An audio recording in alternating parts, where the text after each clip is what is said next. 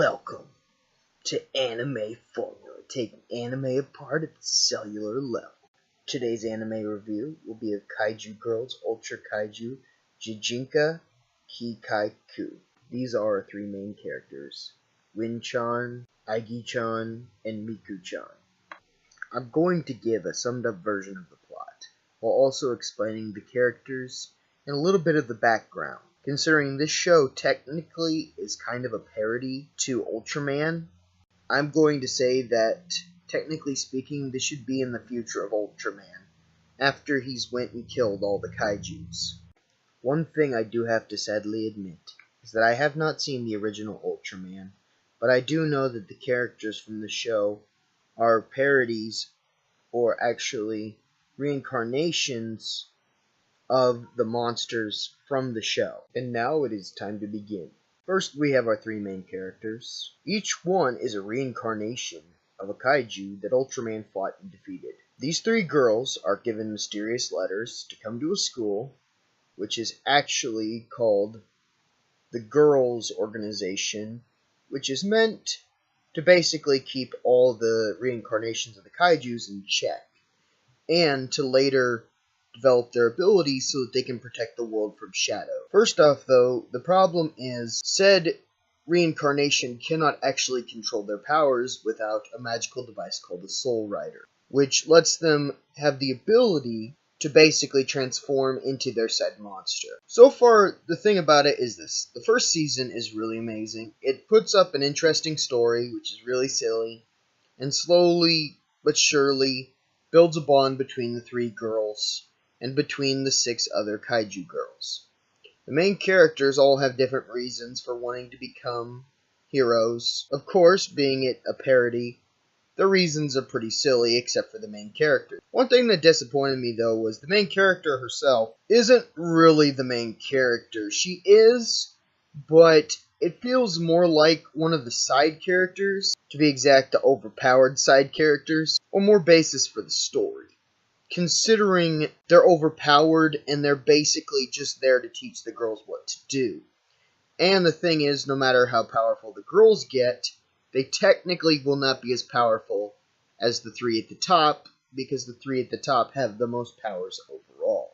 But what makes the show so interesting is they still have the drive to become stronger, but in doing so, they have silly overtones, and basically teenage girl problems that make the show more interesting. Another thing I felt disappointed with the show is that the whole point of them being reincarnations of kaijus is they should really get all their powers, which they do, but they don't.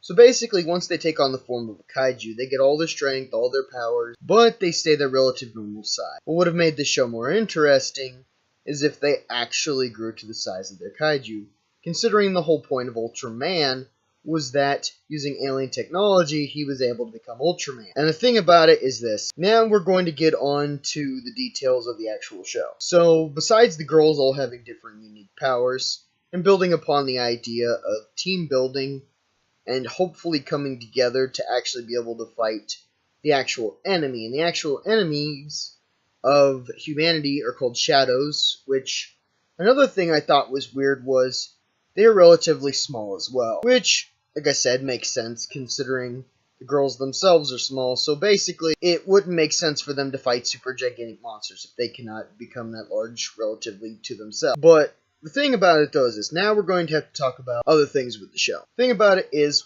how I'm going to rate a show from now on is based on its enjoyment and its originality. So as we go on with the show itself, the storyline is pretty good, the humor is pretty good, the characters stay solid to whatever their character is, and as I said, I have not seen the original Ultraman, but I can tell what the show is hinting at with a lot of the jokes. And the thing is this, the show as itself, standalone, regardless of Ultraman, is a good show because it basically takes its own story and its characters into its own little world, instead of pulling them into a world of Ultraman, where basically they're just fighting and destroying the city.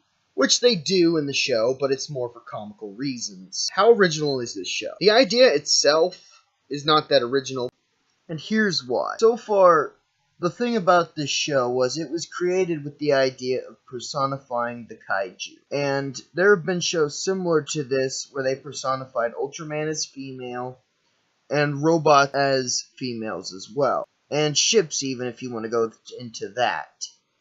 But the thing about it is this show itself was really original in that it told its own story and all the characters were unique and interesting. So, originality, I'm going to have to give it a 7 out of 10. Then let's go with my personal enjoyment. I enjoyed the show, though I did find the show very kiddish, which was kind of the point.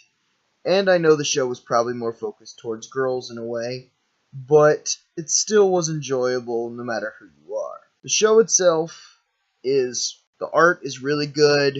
It's all in chibi form, so it's just straight up supposed to be adorable. And overall, I'd say you should definitely watch it. So what would I rate it, as in for the average person?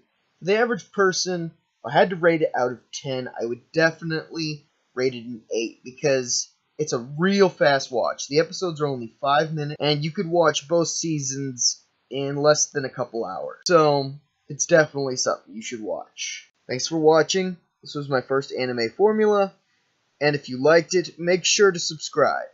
And if you really want me to make more, tell me down in the comment. If you want to recommend an anime for me to review, then just say one down in the comments. Anime formula, taking anime apart at the cellular level.